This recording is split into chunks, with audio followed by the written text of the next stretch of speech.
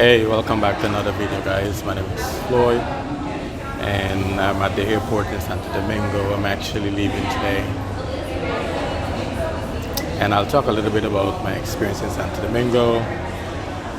Spent about 4 days here, and overall it was pretty good.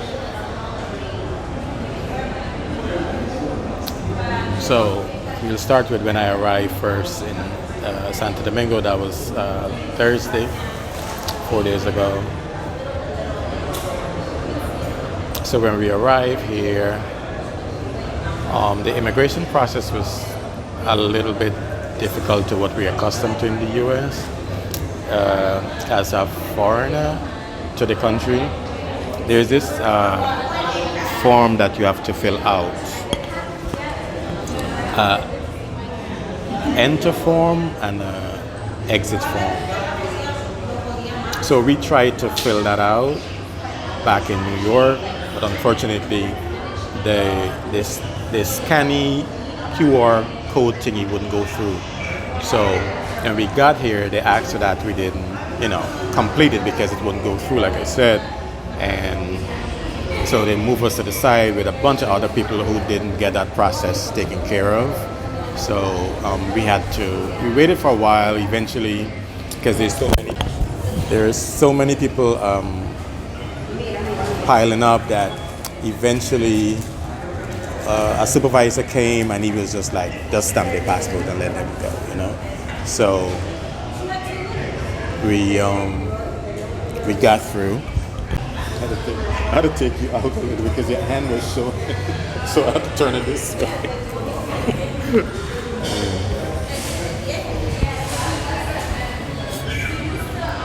So yeah, that was a brief intermission. Where was I? With that immigration form. So yeah, so at the airport, the supervisor eventually was like, just let them go.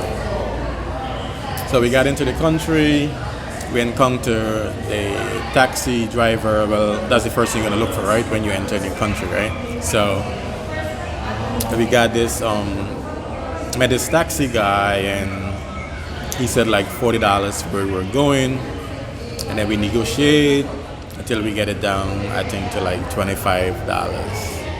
Because obviously, we are foreigners, so we'll have to pay the foreigner price, right? So yeah, so we got to our Airbnb. I did make a video about the Airbnb, and there's a lot of issues with the Airbnb. The water was cold, the water didn't run for like 2 days. However, we reported it to the Airbnb owner, and she sent someone out, and he went to the back of the apartment. He did something and the water came back, but the water was still cold. I'm thinking there probably was a tank, because like in Africa, in certain countries, you have a tank that you collect rainwater and stuff. So I'm thinking maybe that's what he did. Maybe he turned the tank on. If not, I don't know. Maybe there were a certain amount of water that allowed to the apartment, and then it stopped after we used up whatever was allowed. I'm assuming that's what probably happened. It's either that, or because I think the building next door, they had water, we didn't have water, so it's probably that, or what I mentioned first, right? It's either the tank or the certain amount of water that allowed to the apartment. However, we got that issue fixed. I had a really small bed, which was fine because I'm not a tall person, so it was a twin bed. It was fine. What was really annoying, the buildings are pretty close to the road. It feels like the building's right on the road and the car run right in front of you like this, because you hear everything, because my room is like the front, right? So it's like a car right there, like I'm sleeping here and the car is right here. That's how I felt. It's like zoom, zoom, zoom all the time, because the roads are so tiny and they have these deep drain. I don't know if they have a rain problem in Santo Domingo, that the drains are so deep in Zona Colonna, and the cars the drivers, I think they're really, really skillful because they have these drains, and sometimes like two of the wheel is off, like at the edge, like half in the drain and half on the road. So it's kind of scary, you know. I consider myself a good driver, but these guys are really, really skillful, and sometimes the road a little bit slanted a little bit. So if I had to park my car like that, I think my car would just go tilt on the side. So these guys are really, really skillful. So yeah, that was one of the issues with the Airbnb. It's noisy because we're right there. I love the neighborhood though. Zona Colonial, I think that's how you say it. I love the neighborhood.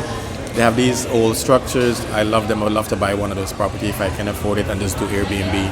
And they're strong, they're solid because they built, I don't know, back when, you know, and they are really, really strong. So I love the buildings.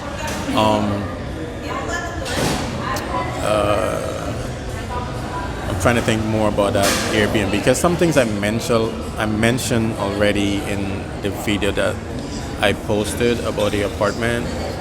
Oh, there was like music all the time as well. Like, I don't know if they, like I talked to a guy here and I asked him this question if this like a party place, but I know, you know, Spanish Latino people do party hard, play the music a lot, you know. But for some reason the music wouldn't stop. Like, I could wake up any hour of the night and I could hear all night they play that music. Which is nice, you know, I like the music, but I don't want to hear the music all night. Like, you know, I wake up to go take a leak and I could hear ding, ding, ding, ding, ding, ding, ding. I'm like, these people never sleep, they never stop playing the music. Like, but I guess it's just a cultural thing. And nothing is wrong with it, it's just at a certain time they should turn the music off. That's all I'm saying. There's a lot of low electrical wires in the houses from house to house, so I find it really scary because there's some places I pass I could literally just raise my hand up and touch wires, and that was scary because if there's an electrical fire it would burn an entire block. So that was scary, but I guess they are accustomed to that. That's kind of scary living for me. That's I find it real bizarre, like why those wires are hanging so low. Yeah, so been to a few restaurants. The first restaurant we've been to, first night we got here, we ordered 2 shrimp fried rice, and they charged us $35 for 2 shrimp fried rice, which I could have probably paid maybe like $10 in New York, $12, I don't know.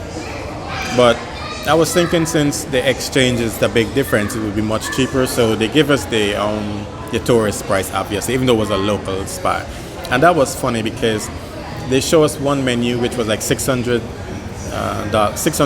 peso per fried rice, and so that would be 2, which is 12. And we bought some plantains, and that was it, like about 5 or 6 pieces of plantain in a little plastic bowl thingy, fried plantain.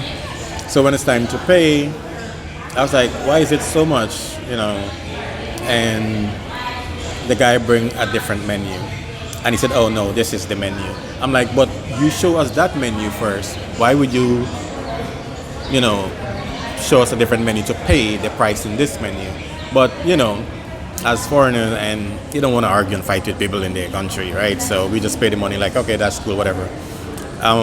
Should have got the name of that place to mention it here and just let people know not to go to that place, but we just pay the money and just walk away like whatever, it's cool. And there were like a lot of police there as well, so maybe we should just reported them to the police. But anyways,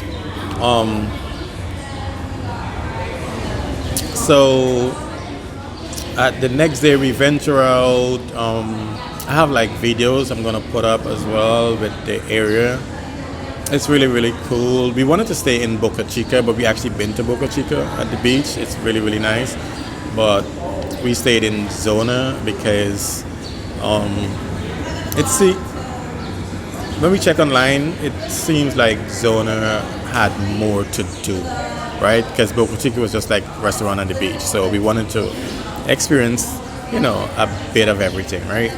So it's like mix and mingle with the local while just take a day and go to the beach, which we did. Um, so I did start with the airport experience. So now we're at the airport leaving, and it's a different process leaving. They made me take off this hoodie to go through the scanner with my body, right? Which is the weirdest AF, right? Thing. I'm like, what am I taking up? Whatever. So they make me take off my hoodie to go through the scanner. Guy was rude as well, but different countries, different rules. Just have to abide by it. So I take my hoodie off. I went through the scanner, and that was that. Checking in the bags, the guy asks, "Who pack our bags?" I'm like, "I pack my bag myself." I'm guessing that's I don't know if it's a part of the process. Maybe stuff happen here, but everyone knows this, right? Not to let anyone like mess with your bag at the airport or wherever you're staying and so on. But it was just strange that he asked who packed our bags. Like he asked me who packed your bag. He asked my friend who packed your bag. So I was like, okay, that's a strange question, but okay. So that's what just happened, what just transpired. So everyone in where we stayed in the area, everyone is like trying to make a buck. I know every country have their issues, right? But sometimes I find it they aggravate me. Like every time we walk down the street, someone wants something, or they're pointing at your shoe, like well, this happened to me twice. 2 times, guys, like, they're going to clean my shoe. Now I'm fine, and they're still coming on. I'm fine, I'm good. At the beach at Boca Chica, they approach you all. So we've been to this place called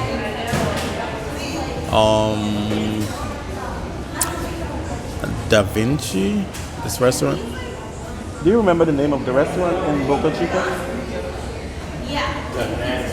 The Nancy. So we've been to this restaurant in Boca Chica named The Nancy, and so it's a restaurant on the beach, which is a public beach.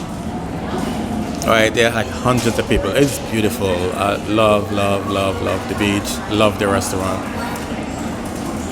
But what gets on my nerves is people keep approaching you, coming, and they're selling you stuff, and you would say no a million times, right? There's so many people, I'm not kidding you.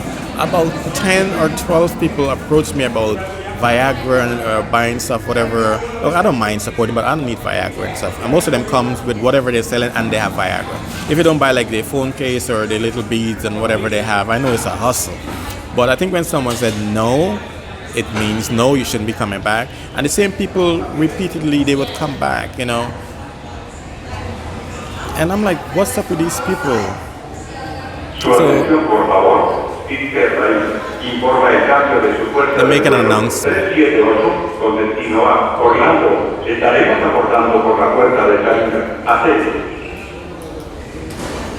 Yeah, so there's like a couple of people in particular that came back all the time asking me the same thing. I would say no all the time, and they would still come back. The women, they do the same. Like they would never stop. Like I'm sitting there coming and giving me a massage. I'm like, it's okay, I don't want it. It's nice, but if I wanted that, I'll say, yeah, I want it. I'll give you a couple bucks, whatever you charge. But like, I don't want it. They would still come on there. Happy massage. Like, okay, cool. Like, no, I'm good, right?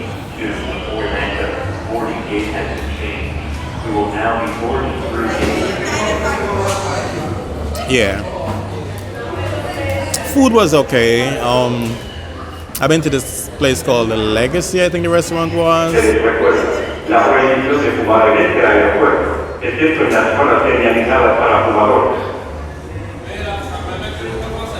Yeah. So I've been to The Legacy, and The food was okay. You know, I'm a foodie, so I know food. The restaurant in Boca Chica, we order a platter of paella, whatever you say that, and everything was overcooked. The rice feel like rubber. The lobster feel like the ground that I'm standing on. This thing hard as hell. I'm like, who are the chef? Like, shouldn't they cook this for like 10, 12 minutes?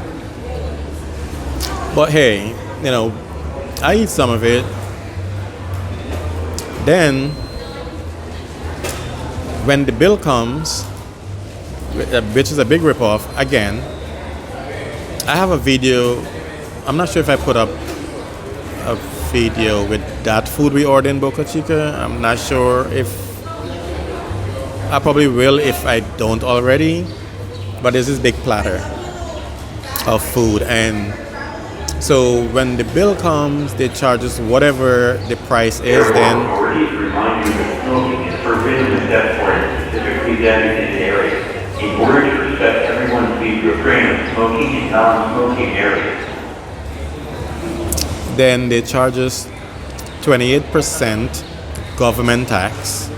Then they charge 10% for some other stuff. Then you still have to do gratuities, which are another, I don't know how many percent. So they charge you 3 times on one bill. So you just have to be careful. And I'm sure they target who they do that to. So we asked for a manager. He came. His explanation made no sense to me, but you know, there's a language barrier, so there's no reason to argue because most likely you're not gonna win. You know, they would. We speak different Les languages. autorités aéroportuaires devront rappeler qu'il est interdit de fumer, sauf que dans certaines régions aériennes, afin de respecter tout le monde, s'il vous plaît, abstenez-vous de fumer dans les zones non-fumeurs. Yeah. So we did try like other street food as well, which was okay. I've met this tattoo guy who was like the most honest person I've met. There's some local places we grab like juice in the bag, and I actually had one of those this morning. It was pretty good. The strawberry with milk and other stuff they put into it. You know, you get it in the bag and stuff. So that was pretty cool, and that was price fair. So, you know, not everyone is out to get you as a foreigner, right? But most people do. And like I said earlier, you know, it's you know, it's not the best country, I guess, and with work, with jobs and stuff. So people have to, you know, but I don't like when they overdo, you know. And there's some people here. Something I want to say, but I think I'm not going to say it because other people would watch this video. It's something I really want to talk about, but like I'm just gonna let it slide for now. So what else? What am I missing?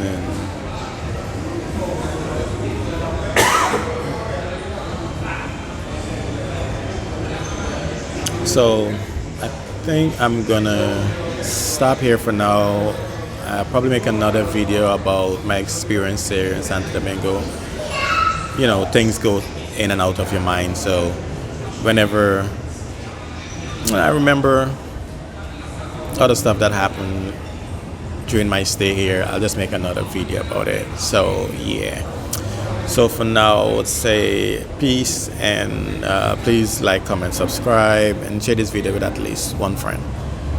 And until next time, guys, deuces. Su atención, por favor. Informa el cambio de